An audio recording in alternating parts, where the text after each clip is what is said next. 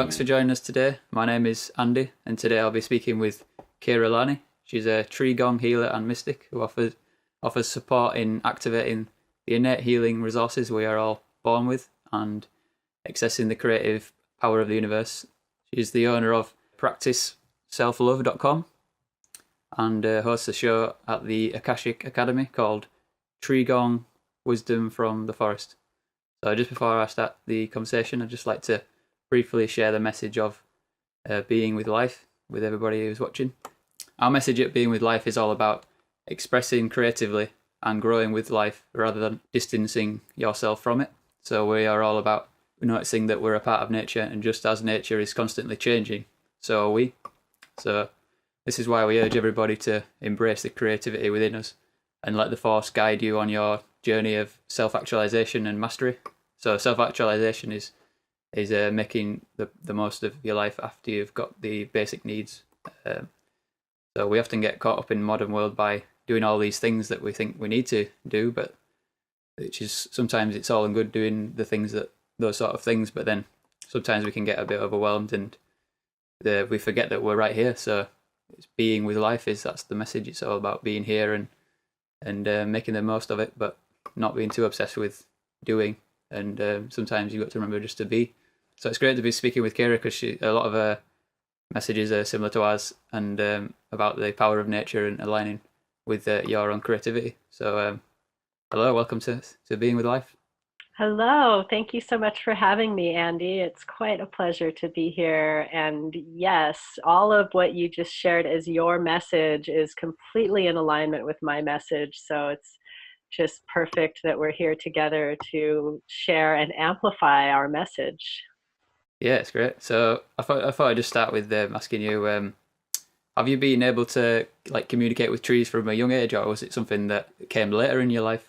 Sure. I always was a part of nature. I always climbed trees and hugged trees and appreciated trees, but I did not always receive messages from trees. This came spontaneously to me when I was in my early 20s, and I had moved back to the land I grew up on, where I had spent time frolicking in the fairy forest, and I had little babies, and my mom at that time had adopted a daily walk for herself where she went up a hill, down a hill, and then visited this big cedar tree that she calls Grandpa Cedar. And so sometimes I took this walk with her, and we had a little ritual where we would hug the tree, sometimes leave offerings, but always hug the tree and appreciate the tree. And one day my mom had gone to Hawaii, and I went on the walk by myself. And when I went to visit Grandpa Cedar that day, I felt this pull, like the tree was pulling me in energetically. I felt the tree kind of pull my energy out of my body and into the tree all the way up to the top. And then it felt like the tree was holding me there. And I felt like the tree was saying to me, where is she? Where is that lady that visits me every day? I miss her. And so I imagined my mother sitting on a beach in Hawaii, and I said in my mind, Grandpa Cedar, please look out for my mother way over there across the ocean. And then I said, don't worry, we'll stay connected. And I withdrew my energy and I went back to my little house. The next morning, I woke up before dawn and I sat in meditation. I sent my awareness back to the tree, and it was as if the tree took me on a journey. I found myself floating in an electrical web of communication. It felt like a fiber optic network encircling the globe that the trees were communicating through. And I'd never had an experience like this. So later that day, I called my mom up and I told her about it. And her response was what really blew me away. She said to me, wow, I was wondering why Grandpa Cedar came to me when I was sitting on the beach yesterday. And so this is the experience that started it all for me. Later, I learned that there's actually science behind tree communication. Mushrooms are connecting tree roots and they're communicating in this way. And the picture of the mycelial network is actually what the tree showed me, because after I saw that picture, I said, oh, that's what was in my vision that the tree shared with me. So after that, after I recognized the connection, then I started exploring. Just for a long time, it was just kind of randomly. I would say, oh, I feel like connecting with this tree. And then I'd just see if something came through. Sometimes something did, sometimes something didn't. Now now that I've started sharing this with others, I've realized that it's actually important work to reconnect people and trees. There's ancient lineage and that of people connecting with trees. There are people and tree connections where you're in your land. It's part of your history, the Druid nature. And I haven't studied a lot of that. I've studied qigong at great length, and I haven't studied the tree connecting part of qigong very much. For me, it's been a very experiential journey, and I ask the trees to share with me what they want me to know. And now that I've realized how important it is to share this with people and bring people back to trees, I've started honing in my skills and really reaching out to more trees and seeing what's there. It's been a really fun exploration. Is there so you say that about the trees being it's a similar connection in terms of plant medicines and stuff? Then you were saying sort of about hallucinogenics, was it? What you were just saying about how they connect with us and send us messages. Is it similar? Is it a similar kind of thing? Would you say? Oh, that's an interesting question. I hadn't thought of it that way. You know, what's really interesting, I have yet to explore fully the shamanic traditions of the Americas, but I have read some interesting books wherein it talks about how the plant medicines talk to the shamans, and that's how the shamans know how to prepare the plant medicines. Some of the shamanic medicines are very toxic if they're not prepared in the proper way, and the elders say the way they learned that is by listening to the plants, and the plants told them what to do. And so I do think there is something very similar there. And I would say yes, it is similar and different, but I'm having a hard time quantifying exactly how, because I think if you're, so are you speaking of the experience of ingesting psychedelics versus just communicating to a tree, or more what I was talking I think about I the was. shamans? I guess I was more thinking about the sort of um, the messages that it gives you, like when it communicates to you, what sort of wisdom and knowledge, so it gives you. Okay, interesting. Yeah. So yeah, as far as whether it's the same or different, that's probably a personal experience. But I what's interesting is that I usually would experience tree communication in images or feelings for a long time. Now that I have been making a more concerted effort to ask for messages, because I used to just let whatever came, and then the trees would kind of show me things. Now it's coming through in thoughts and ideas, which is a different way for me to experience it. But again, I think every person is different and every tree is different.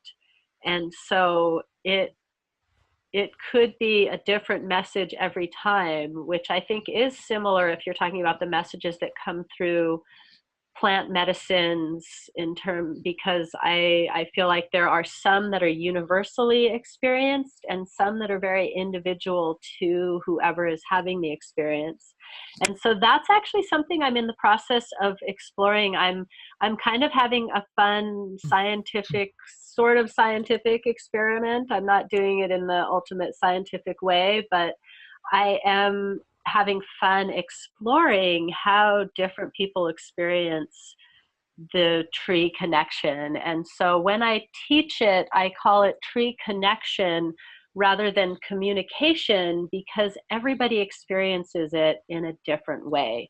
Anybody can connect to a tree and receive something, even if it's just a sense of peace and grounding. And some people will hear things. Some people I've talked to receive songs from trees. Some people hear voices. Some people just get a feeling of safety when they connect with trees. Some people actually get like life path messages, like you need to help the environment or connect with a turtle message, or like really specific things. And so it's really an interesting exploration. And this is why I'm really trying to get as many people doing this as possible. It's like a global experiment ultimately. I mean, I'm starting small, of course, with whoever I actually can touch. But yeah, did you? Yeah, I was just watching your Trigong show, and you mentioned about the science part, which you were just briefly talking about, and how the spiritual path is all about self scientific direct experience, and it's like an experiment with your own consciousness and your direct experience. And I liked how you were saying that science it's basically the method to disprove everything, isn't it? It's not really, you never really prove anything, you just disprove it, because it's not really it's almost like a theory. It's like, we know it's definitely not this when it's, but we don't know for sure that it's what it really is until we just directly experience it. Yeah, right. And that's what's so interesting about science too, because you can have a theory and you can have people corroborate the theory, and then you can have someone do the exact same science experiment and it doesn't work at all. Something completely else happens, right? And so that's the same thing with spiritual science. We can have tour guides, we can have people who share their experiences and their methods, and that's what I'm doing when I take people into the forest. I'm sharing my methods and my experiences to open people up to having their own experience. But I can't say to someone, if you do this, this will be the experience you will have, because there are so many different factors in human consciousness and tree consciousness and spiritual experience. It's such a vast field, really, if you start thinking of it as a science, which it is. It is something that people have been experimenting with for millennia. For as long as we have records, written records, that's what people are writing about, is their spiritual science. What I went and I sat in this cave and this is what I experienced. If you do this, this might happen. Try it, try this. This worked really well for me. That's what they were writing about. And so we're just taking it to our modern new level by bringing it out on the internet and talking about it in this way and sharing our experiences. But the idea is to spark something in someone where they say, I want to try that. And then they go out and try it. They have their experience.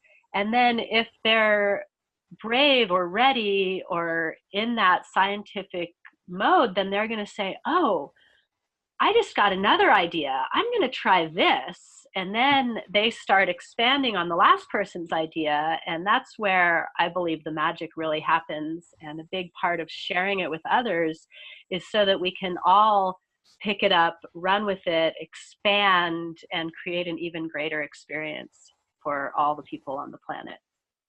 I think as well it's making me think a little bit about the sort of atheistic paradigm of, like, they might say, oh, I believe in God when I see God, or I believe in Jesus if I see Jesus, or something like this.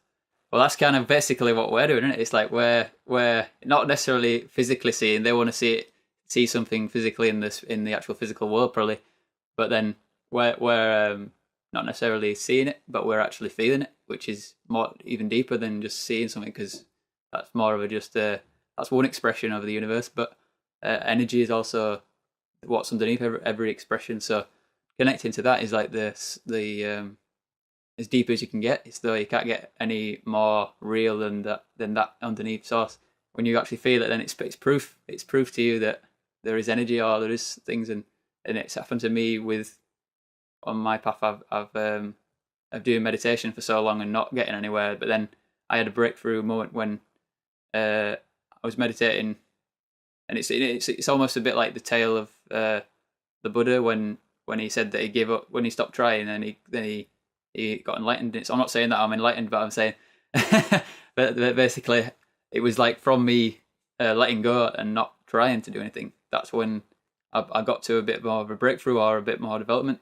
I just remember this sensation rising and the energy rising, and then it was like it was out of my control to a certain extent. But then at the same time, I had to sort of allow it to come through me, or the energy to rise, and just sort of sit there and not do anything. You have to become passive instead of trying to take action, and then that energy was like that was like an atheist seeing God, basically. Like, you know what I mean? It was like, wow, there really is something else other than this physical existence, and it's almost like what I compare the feeling as well of those moments where you get more, where your awareness sort of widens. It's like that's kind of what it's like. It's like it's a widening, and I've had it in conversation with people sometimes when my awareness just has become all of a sudden has just become like it's like you're going into widescreen mode or something. I think it's a good way of describing it is with a camera, when you've got a shallow depth of field, which is basically when you focus on something and then the background's really blurry. That's the shallow depth of field, and that's basically what that's basically what our life is like now. Or like if you're not awake, is like it's like you're always in shallow depth of field. But then if you change the aperture, everything starts to become in focus, and not just this one thing. It's like the whole thing becomes in focus, and that's what it feels like. I think it's like when I was talking to somebody, it felt like I was switching from shallow depth of field to like a wider depth of field or deeper depth of field where everything's in focus instead of just one little thing. Yeah, I like that analogy. That's a good one. And some of my deepest meditation experiences have been with my eyes open, and not necessarily, I have seen energy visually, but it isn't always a seeing like you were saying. It's often more of a feeling. And this is something that I think both the atheists and the people that um, believe there's only one way to see religion, I feel like they're in that space that you're talking about with the too narrow of a focus. Because if we actually look, I've spent my life looking for truth, and I've looked at a lot of religions, and where I find the truth is where they intersect. And so the way that it's said that God is within you, that's where the people who are looking for God as something to see are missing the vision, because they're trying to look outside. And when we look inside is actually when we get to experience God or spirit, or just that expansive feeling that you're talking about. And you were reminding me of one particular experience that I had when I had recently learned an open-eyed meditation technique of looking at the spaces.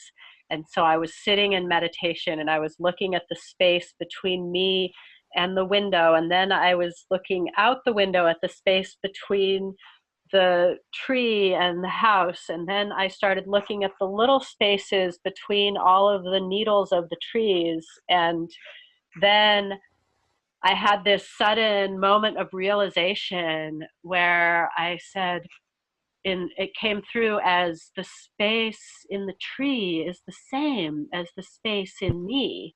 And then I had this sudden feeling of rushing inward and experiencing all the space in between the molecules and atoms of my being. And that to me is where the magic lies, is in those spaces and expanding the spaces. And that's just one way to express it. I had that thought came through as you were speaking. It reminded me your experience was very different and similar in the sense that we're experiencing these same intangible things that are so tangible when you actually experience them. And I think that's why we share our experiences, because not only does it maybe inspire someone else to try a technique and see what happens, and maybe try again if it doesn't work the first time, like for you, but it also helps people who are having experiences and don't understand why, to validate and realize that it's part of the human experience. It actually is part of our human experience to explore the inner landscape. And um, and so giving people permission to explore is, I guess, what I'm trying to get at. Yeah, I think it's probably after this conversation, this part of the conversation, it's probably a good time to talk about the topic of creative expression, and how you mentioned before that you help people sort of tap into that sort of creative energy. So how is it that you do you have methods to do that, and what's the way you go about that to try and get people into that sort of energy? Absolutely. So it's such the natural state of being to be a creative being. And this is, it's interesting because we were talking about religion. I think about, and I wasn't raised with the Bible, but like I said, I'm fascinated with the way that things are expressed. And it talks about Jesus being the creator and the created. And that's what Jesus said, is you're just like me, right? God is also within you. And so that's who we are. We are the created and the creator, and we get to create our own reality. And so there are quite a few different methods that I use. Like I don't know if I said it earlier. I was going to say I said this, but I have so many conversations. I'm not sure. I talked about my background in training is in yoga, meditation, qigong, tai chi. So I do a lot of meditative movement arts, a lot of breathing exercises. The breath is extremely powerful. Not only is the breath the only thing we absolutely need moment to moment to survive, because we can go a long time without food or water, but we can only go mere seconds really without breath. I mean, by the time we get to 10 minutes, we're probably losing brain cells, or definitely. So we can only go a very short time without breath. So it's the most vital nutrient, but it's also our connection to the energy, to the divine. And so a lot of what I do with people is meditative breath practices, meditative and creative movement to kind of get you out of your mind and into your body. Because the creative power, sometimes we think it's all up here in the intellect, and then we're trying to come up with something and trying to come up with something. But if we can drop that down into the body through meditation, through mindful movement, through breath practice, then it flows forth more freely. And so I also do a lot of journaling. I changed the word there, but it's journaling, and poetry is also one of my passions. So I love to inspire people to play with words instead of thinking it's like, I'm going to do some work now and sit down and write. Let's play with words. Let's play with movement. Let's play with the experience of being a human, whether it's getting out in nature and imagining what it's like to be a tree and then trying to see what it feels like to actually connect with a tree, or whether it's sitting quietly, breathing and meditating, or doing more active breath practices that really get the energy moving quickly in different directions. All of these things can spark a new perspective, and that's where the creative power lies, in allowing the imagination to come forth. I think a lot of us were told when we were young, oh, that's just in your imagination, or oh, it's time to stop playing now and get serious. Sit down and do your work, focus on the task at hand. And so a lot of people are going through life with their imagination suppressed. And so allowing yourself to connect with the inner child, the innocent, playful spirit, the one who just wants to explore and see what's out there, that's where the creative power lies. So like I said, I have a lot of different ways that I go in and try to access the gates, because each person is going to have, like I said before, a different experience from any given technique. And so it's always good to throw in a few different things into the stew pot and see what the new creation will be. I think one thing that is an interesting shift in the mind as well, I've heard from, I think it was someone I follow called Christopher J. Smith. He talks about changing the terminology that you use. Instead of, like, sometimes in school we have an idea that we have to do something, and when you're growing up and a child that you're being parented and stuff, you know you have to do this, have to do that, and then you're in a job, you have to do this, you have to do that. But then if you change the terminologies to I get to do this, I get to express instead of I have to express, you know, that's quite a big shift in in the terminology you use, and it's crazy how much the terminology can affect your whole life. You know, like the words that you use them wisely. You know. Yes, absolutely. So, yeah, the shift in perspective is amazingly powerful for sure. That's a good place to start. Yeah, because I was also just going to talk about as well how when you mentioned about getting out of the mind and into the body, that's something that I learned quite a while ago. Where I think it was probably from The Power of Now, which I probably was probably the most prominent book or source that I learned it from. I think, and then I've used that more and more, and noticed more like the power of it more and more.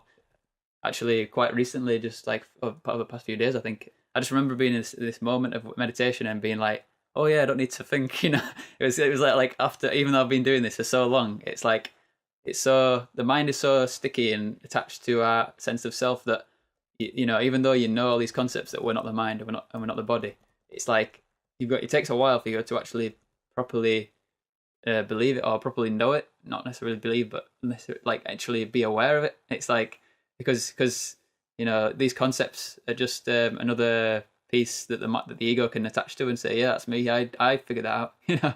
So then when you get past that and you actually do observe literally that you're not the mind. Like I'll just every now and again I get that moment when I know I'm not the mind, but a lot of the time I am still thinking I'm the mind and thinking that I'm the opinion that is, or not the opinion, but like the observation that I'm not the mind. It's like I'm thinking that I'm the observation instead of knowing that I'm the actual awareness. And I think lately it's been quite a bit of a shift going away from that. Yeah, well, that's a great one, and I love it because I've been doing meditation practices since I was a child, and so it's really interesting to be in a place with my practice now where it's pretty natural to me to witness, and yet I'm still a human, and so I still go through the same thing. So I find myself laughing at myself quite regularly because it's just so hilarious to be a human and to be aware enough to witness yourself, and then you just kind of witness yourself going along being a human, because you're still a human, you're still in this human experience, even though you've expanded your awareness to be able to recognize that you're that human in the human experience, and that's not really you, that who you really are is just kind of watching the show. And it can Mm. be pretty entertaining to be watching the show while at the same time getting completely caught up in it and realizing that you just were completely caught up in it and acting as if it was the most important thing in the world, when really you know that you're just hanging out watching a show. And so it's like I said, it makes me laugh quite regularly. I'll witness myself in a conversation with someone, and then I'll say, "Oh, it's so funny being a human. Did you just hear what I just said?" That's just made me think of this guy, uh, JP Sears. Have you heard of him before? Mm. He's like a spiritual kind of comedy kind of guy. He's like he does all these comedy videos, but they're in relation to spiritual and like being woke and stuff. Like, what, he's got these T-shirts that say "woke as fuck" on them and stuff, and it's like he did this TED talk, which is really good, which was about uh, how everybody's weird, telling people to embrace their weirdness, and like how weirdness is really just your uniqueness, and like this concept of normality is just like an illusion that we some reason are always trying to uh, strive towards, or like not strive towards, but like um, be normal. I don't know. It's like we got to prove to everybody that we're normal, and it's some reason we need to be normal for some reason. And it's like, but when you think about all the people that made a big change in the world, they're not normal. They're like, they did things that were extraordinary, or whatever it is, or extraordinary, and like not ordinary.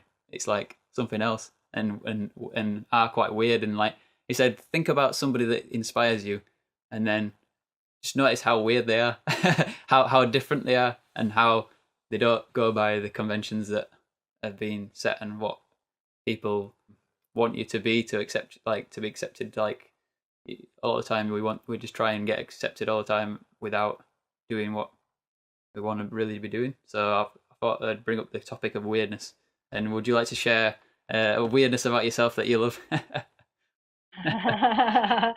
Oh, well, that's funny. I definitely went through that same thing in school, the trying to fit in, and I think I was in about 6th grade, about 11, when I realized that I was never going to fit in, and it was time to stop trying and embrace the weirdness. So I was a little ahead of the curve to recognize that young, but of course I had started meditating when I was 5, so that might be why. Well, So I don't know, like, is there, it's funny because I think when I share with people that I communicate with trees, that's probably about the weirdest thing most people have ever heard. And yet so many people are like, wow, me too. I'm so glad to meet somebody else like me. And so suddenly I'm like creating this place for the weird people to fit in, which is really cool. I'm like, yeah, this is great. Let's like embrace each other's weirdness. Let's like, instead of saying, instead of hiding because somebody calls you a crazy tree hugger, open your arms and invite them in. And so it's interesting.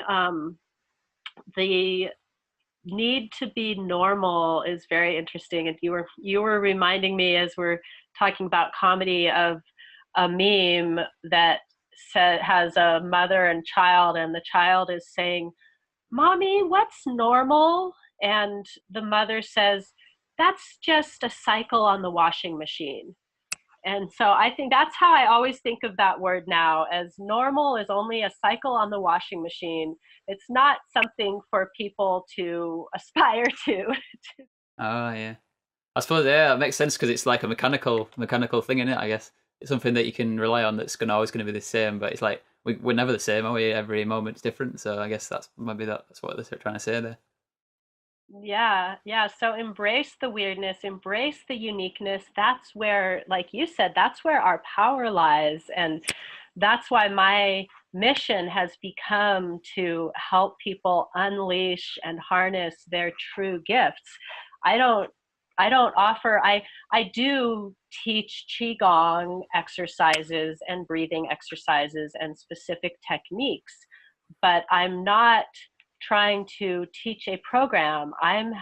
My mission is to help people to design their own personal practice that nourishes who they are, and especially those unique gifts that they've been suppressing for years. And now a lot of people have been suppressing their gifts for years, and now they're just bubbling up out of them, and they don't know what to do with them, and they don't know what's happening to them because they really always had these gifts. They just were taught to suppress them. And I was also taught to hide for a long time, and I had to go through these same processes to allow my weirdness to come out, even though I acted as weird as I could when I was a kid. Like I said, I still kind of hid my true self because I didn't want to be hurt. And so when we take away that fear of being hurt, we open up to an amazing, expansive joy that is indescribable. It really is. So that's why I'm like, let's get as many people experiencing this as possible, so then they'll understand that it's possible to experience deep joy and bliss. And Yeah, I think that that's goes back to the joy. That kind of goes back to the when we were talking about getting out of the mind and being in the body, that which then can lead you to the joy. It's like that's kind of how you can get there, because the mind's always kind of tricking you out of it, really. It's like saying no. It's like the mind's always like saying no, it's me, that like you're me, you're not any other thing. And it's like it's always trying to convince you that you're it. But then it's like, when you actually do connect to what's really you, it's like it's obvious that the mind's not you. But it's just when it's like when you're in a dream, when you're in the dream, you think it's real, but then when you wake up and you're like, it was a dream. It's obvious then. Right, exactly. Yeah, that's so perfect.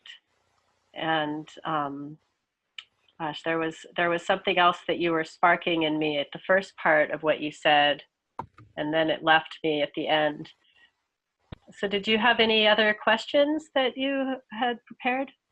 Well, actually, I do have a few of us that I've prepared, but I also just was writing a few notes down when you were talking, because I was thinking, one thing I was thinking of potentially bringing up was breatharianism. So I thought I could potentially bring this in, because you talked about the breath, and you talked about how that's more essential than anything that we can take in is breathing in it, and that's what I've been learning quite recently into this topic of breatharianism. People that are living literally just from breathing and not from with any consuming any food or water or liquids, and there's a whole process of initiation of how you have to get off food and onto it. But they basically are tapping into all the energy sources, I believe, which is what I seem to have observed so far, is that there's different energies that you can tap into, like solar energy. Like the food grows from the solar energy, so you can tap into that solar energy instead of using the food as a sort of middleman to get in that solar energy. And then there's a universal prana energy. And I think there's multiple sources that you can tap into, which so you don't actually necessarily need to eat food. But it's not something you can just do like snap overnight. It's like they talk about all the initiation and stuff. So I just thought I would bring that into the conversation. I wondered if you've heard about it before and stuff. I have, and I have done fasting, but I have not done a breatharian long-term fast myself, but I have heard of it, and it's really interesting because I'm in the process of deepening my medical Qigong studies, and Qigong is Chinese energy work, Qi being energy, Gong discipline over time. And one of the things that came up recently is the ways that we bring energy in. And one of the ways is through through bringing things into our body. And this includes food, liquid, and breath are all included in the category of bringing things into your body. And even if you're eating 3 meals a day, only 30% of your nutrients are coming from your food. 70% of your nutrients come from the breath, even if you're overeating, because you can only take in so much from the food. And so I'm not advocating or denying the idea of giving up food. I do think it's a good practice to do some fasting.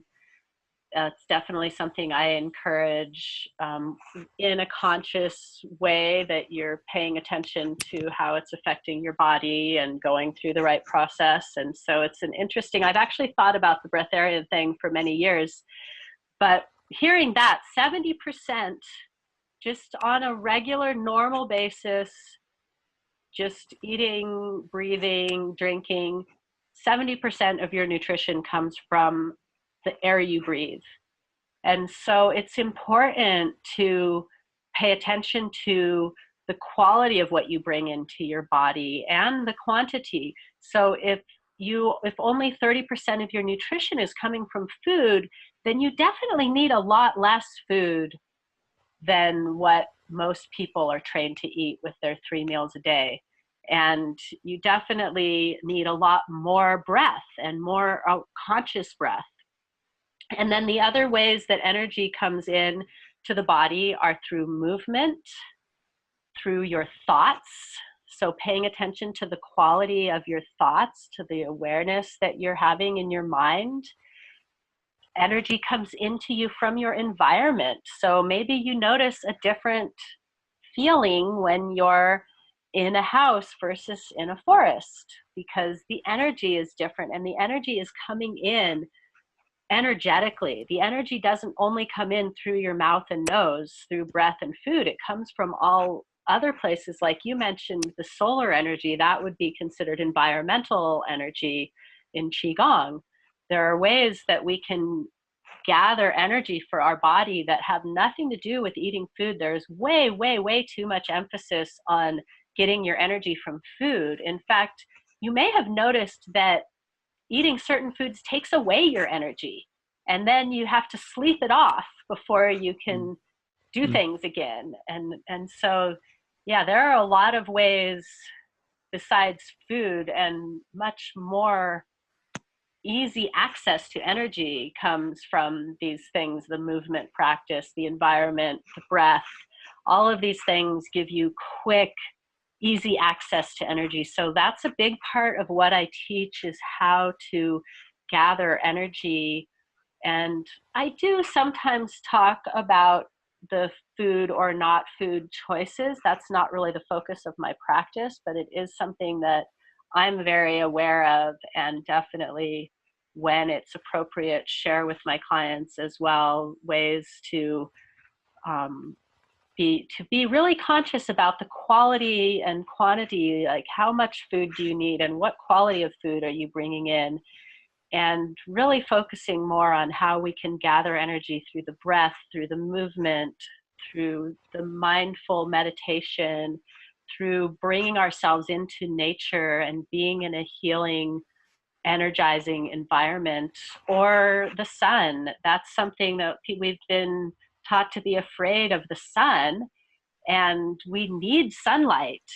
Just like plants, we need sunlight to thrive, and eating vitamin D does not work the way sunlight does. It really, the body doesn't know how to process it that way. And so people trying to take in all of their nutrients through food and supplements are actually creating blockages in their energy flow instead of creating energy for themselves. Yeah, that's like when it comes to absorption and stuff as well. Yeah, because if you've got all this blocking stuff, it's like you can't absorb what's actually going on anyway. So that's what, yeah, it seems to the problem with society is usually eating too much instead of not eating enough or not getting enough nutrients. It's more about usually the opposite. It's like we're eating too much and getting too many nutrients in terms of in our bodies from food and stuff. Right, because it's not about how much you take in, it's about what is your body actually digesting and utilizing. And so that's why I was saying, even if you're taking in way more food than you need, still your body needs 70% of their nutrients from the breath. And so that other 30%, once you get what you need out of that food, and sometimes it's not even accessible in the forms of food that people eat. You can't even get the nutrients out of it. They might be there scientifically, but is your body actually digesting that food and getting those nutrients out? So that's like a whole nother topic to dive into for sure. Yeah, I think I just wanted to change it up a little bit with some of the other questions that I've prepared. So we're both part of the Freedompreneurs Club. So I was going to ask you something that was a little bit related to that. In terms of we both are on this online course that Nick Pereira is doing, and so I recently just started doing that, and I was figuring out what learning methods work best for me, or what sort of what's the best learning for me. So I was wondering what kind of learning methods work best for you, and when you're like learning something brand new and sort of thing. Interesting. Yeah, I think I love how Nick shares the different learning styles, and that's really valuable being a teacher for me to remember the different learning styles. And I would say I am mostly visual and kinesthetic myself. So for anyone out there who does not know, the learning styles are visual, meaning through the eyes, what we see.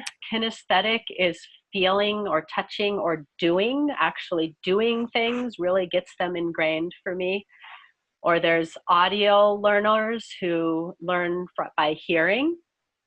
And then there's digital learners. This is something I learned from Nick because I hadn't thought of digital learners before. And that, I don't know, is maybe kind of a new thing because we're living in the digital age. And am I forgetting one? I feel like there's one more. I think it is. There is the digital one. Is I think there's the last one, but I think it's not necessarily to do with technology. I think it's just more to do with like systems and like the way you think about things, like breaking it down into process. I think it's like, you know, There like you go. Yeah. well, See, I'm it's obviously like a not a technical way. digital learner. Yeah, neither am I. But yeah, so I figured out that I'm basically I'm not sure which one's the strongest, but it's either auditory or the practical one, the doing one. What's it called again? Kinesthetic, is it kinesthetic? Kinesthetic.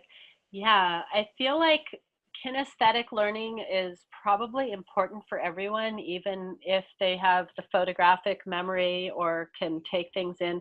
I actually have a hard time sometimes. I feel like I'm a really good listener, but I retain the information better if I can also read it. That's why I say I'm more of a visual learner. But then I almost wonder if that's part of the kinesthetic. If I hear and read, like it's almost like I'm touching it by reading the Mm. words. Mm. And so, but I also, I used to be in theater, and when I had to memorize lines, I would actually have a picture in my head of the page of the script, and I would be like in my brain reading it when I was first learning the lines. And so that also showed me that I'm very much a visual learner. I need to see it. And so it's actually funny that you mentioned that, because that's something I'm working on creating in my presentation, is more visual presentations for those other visual learners like Mm. me. Mm. I present mostly in a way that's going to be accessible to auditory learners. And I do a lot of sharing vocally, and maybe I'm missing some people because I don't actually put up an image and say, this is what it looks like. So that's a good reminder. Yeah, I think when you were saying about reading stuff, and then that's one of the things that I usually don't work as well for me. So it's for me, it is listening, like you were just saying about the auditory learning. I think that listening for me is quite important, because I've noticed throughout my life I've always been like, music's been a massive part for me of my life, and like I've always been drawn towards uh, music and certain noises and stuff that I like.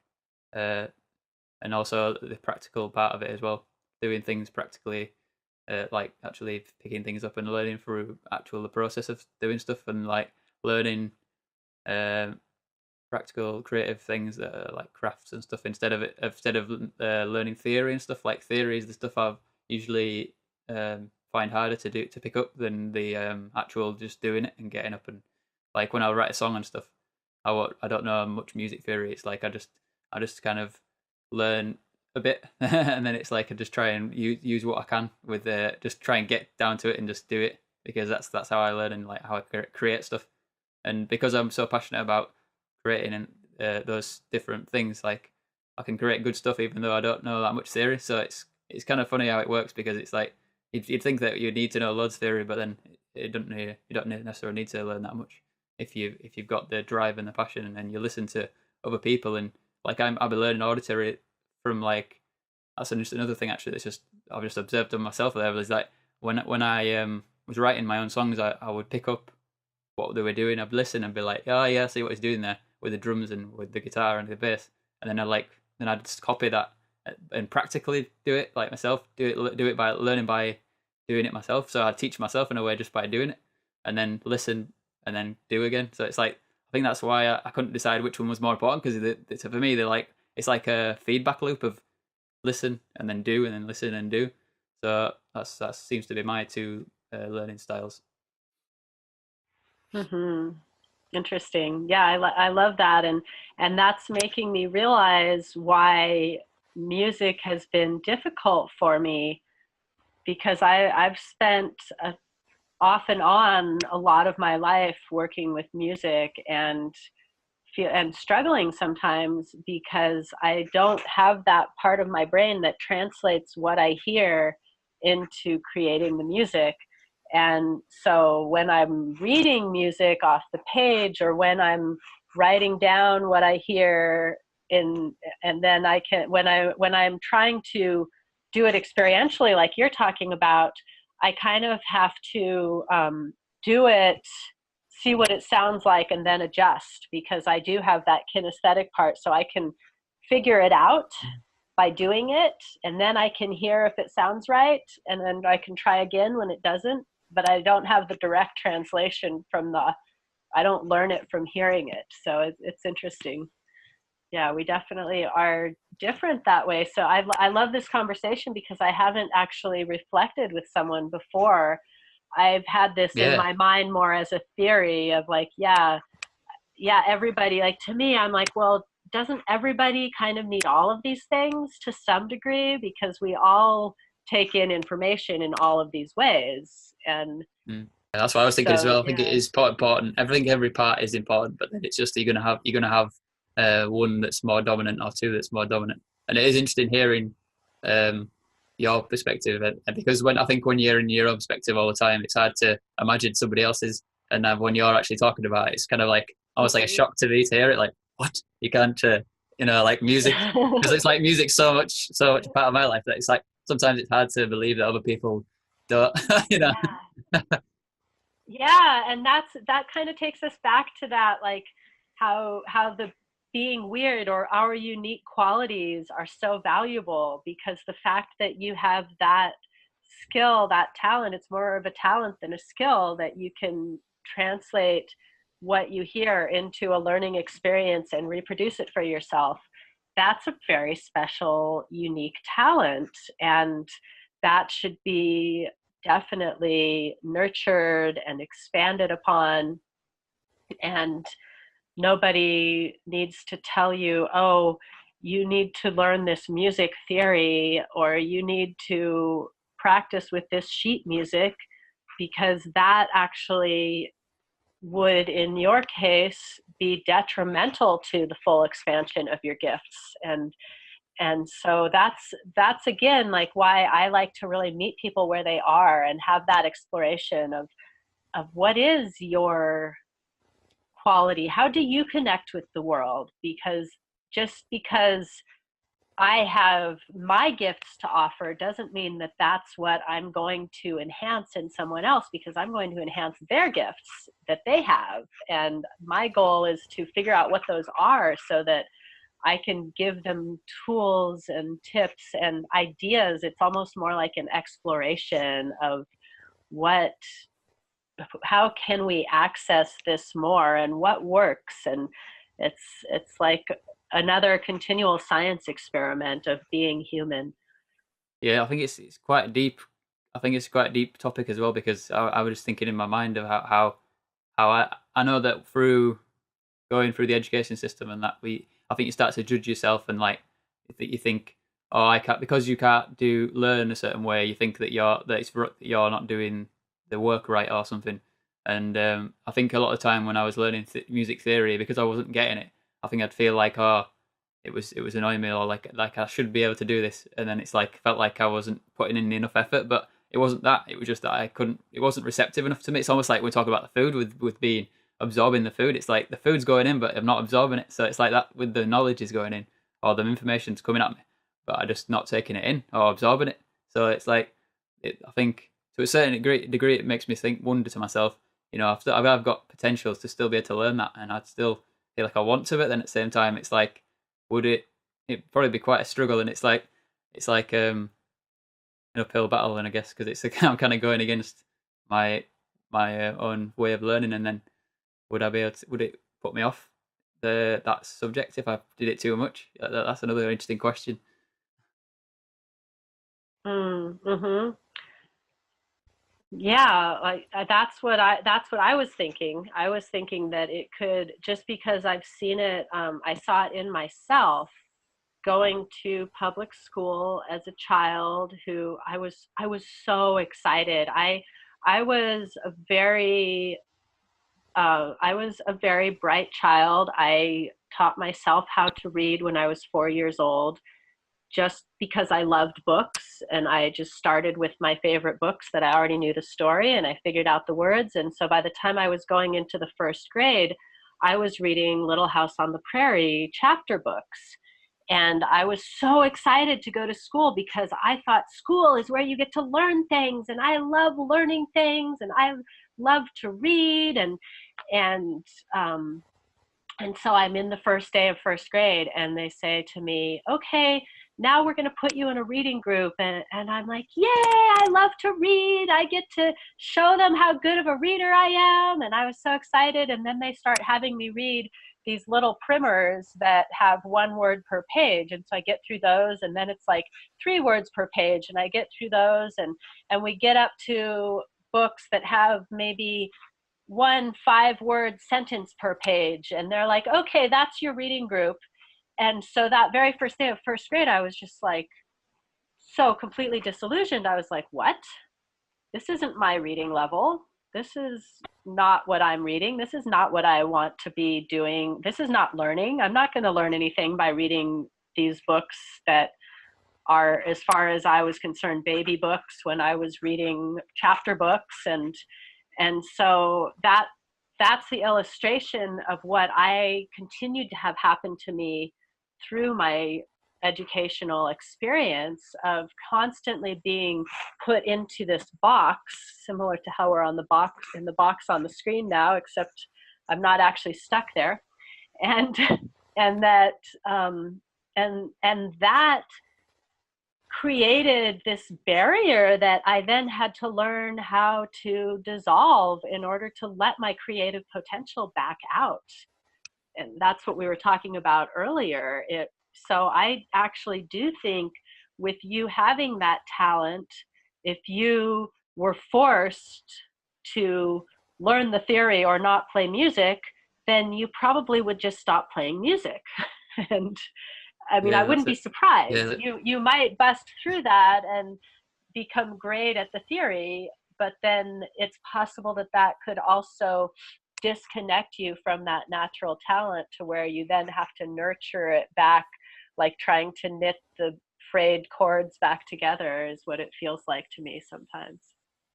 yeah. It's like it comes back to me for about the. It's kind of a law of the universe in terms of like what feels heavy and what feels light, what feels natural for you to go down, and what feels like a struggle. And it's like you're like resistance. It's like the law of resistance.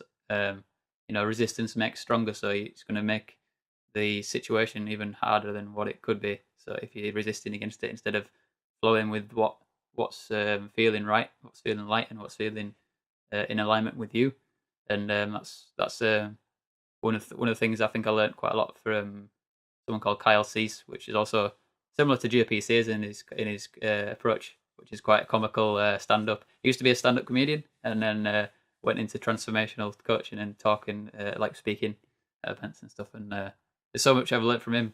But then as you go along and you find new mentors or people that you're learning from on YouTube or wherever, you just kind of add the dots together. And sometimes it's difficult to pick up where you learned from, like to go back and go, where did I learn that from? But sometimes you can, yeah, got a certain idea. And I know that he definitely talked about that, like how if something's heavy, you need to drop it and you need to follow what's feeling light. So for me, I won't be able to do the theory too much. I think at some point I'd have to drop it because it's just too heavy for me. Hmm. I like that analogy, and that has really transformed my life to go with my feelings. And so often in my past, I would decide I was going to do something, maybe because somebody told me that was the right way to do it, or maybe because I created this construct in my mind. And then I'd be in the midst of doing it and realize it was the wrong thing. And then I'd feel like, oh, but I have to do it. So I'm going to keep going and I'm going to keep doing it anyways. And then that's Yeah, when bad things happen in my experience. And so Now I don't do that anymore. If something doesn't feel right, if I'm getting a no vibration, then I just say, well, I don't really know why, but this isn't working for me. So I'm going to let it go. And I'm going to go with what is working, what's making me feel alive and vibrant. Just like that first day of first grade when I was so excited to learn before I knew what I was getting myself into. That feeling actually will guide us towards what is right for us. And so that's again another of the things that I bring in helping people access their creativity is to connect to those feelings. What is lighting you up? What's making you feel alive and excited and energized? Because like I was saying, how we bring in energy through our thoughts, you can do this experiment with your own thoughts and just notice, is this thought bringing me energy or is this thought taking energy away? Is this the kind of thought that I want to nurture and expand upon because it's giving me energy and making me feel excited? Or is this a thought that's bringing me down? And if it's a thought that's bringing you down, then that means that's not something you should pursue. That's not the direction you want to go in. You sometimes invest in something that you've struggled against it for a certain amount of time, and then you might have got some stakes in the game of that thing that venture, and it's funny because I learned this analogy, which was really good. At this, I do I film events and presentations at events, and this guy did a presentation, and it's about the process of software development, but he had this metaphor called the shit nightclub, and he's talking about how you had to pay £10, £20 or £20 or something like that to get in. So it was expensive to get in, but it was sold well and promoted well, however. So then you think, oh, it's going to be a great night. So we'll pay this money to get in. And then when they get in, it's like, it was not as good as they thought it would be. And it's like really empty and like a bit rough and stuff. And you're like, oh dear, this wasn't a good idea. But you've invested that £20 to get in. So then you're like, oh no, now I can't leave. That's the last thing I'll be able to do now. I've spent £20 to get in.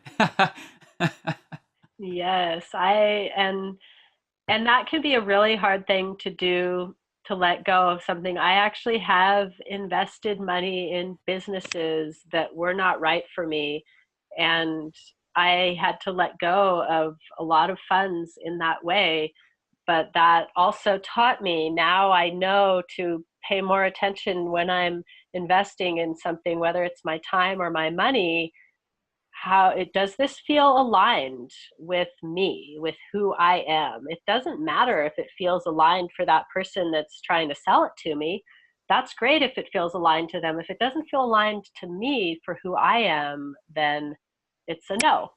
And it's oversimplified the way I'm saying it. It's not always that easy to tell, but once you get into the practice of feeling and bringing that awareness down into your body, then it becomes easier and easier to utilize it.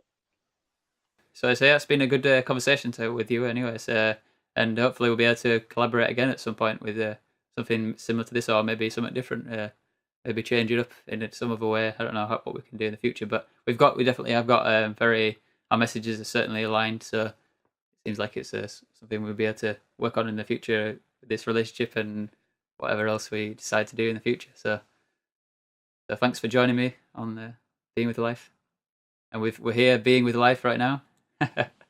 And if you're being with life right now, please like the video and leave a comment and see what with any ideas that you have about what we've been talking about today. We've covered quite a lot of ground in terms of different topics, and it's been interesting to go with the flow and see where the conversation takes us, because I think that's the interesting thing about interviews, is whatever you plan, it's going to end up different down the road. If you're intuitive and you like follow the things that come up, then it'll be more interesting than what it started in terms of your plan, because a plan is kind of a illusion, really, isn't it? So it's like, so only to a certain degree can guide you, but the moment is what's really important. So thanks for watching, everybody, and thanks for joining me there, Keira. Thank you. And if anyone is watching this and you want to spend more time with me and learn more, or go into the forests and connect with the trees, please reach out to me on Facebook, Keira Lani, or practiceselflove.com on the web. And thank you so much for having me today, Andy. It's been a pleasure. Thank you very much.